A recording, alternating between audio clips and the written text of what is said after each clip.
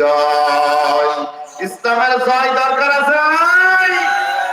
আবার ভাইরা, আমার বন্ধুরা, মুসলমান যেই দিকে তাকায় শুধু মুসলমানেরা মার খায় আর মার খায়। কারণটা কি? ও বাংলার মুসলমান, প্রশ্ন এখন হচ্ছে মুসলমানরা মার খায় কেন? মুসলমানরা এত লাঞ্ছিত বঞ্চিত হওয়ার কারণটা কি?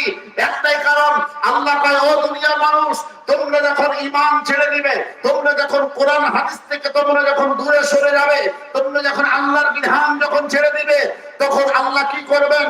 যাহরাল ফাসাদু ফিল বাররি ওয়াল বাহরি বিমা কাসাবাত আইদিন নাস।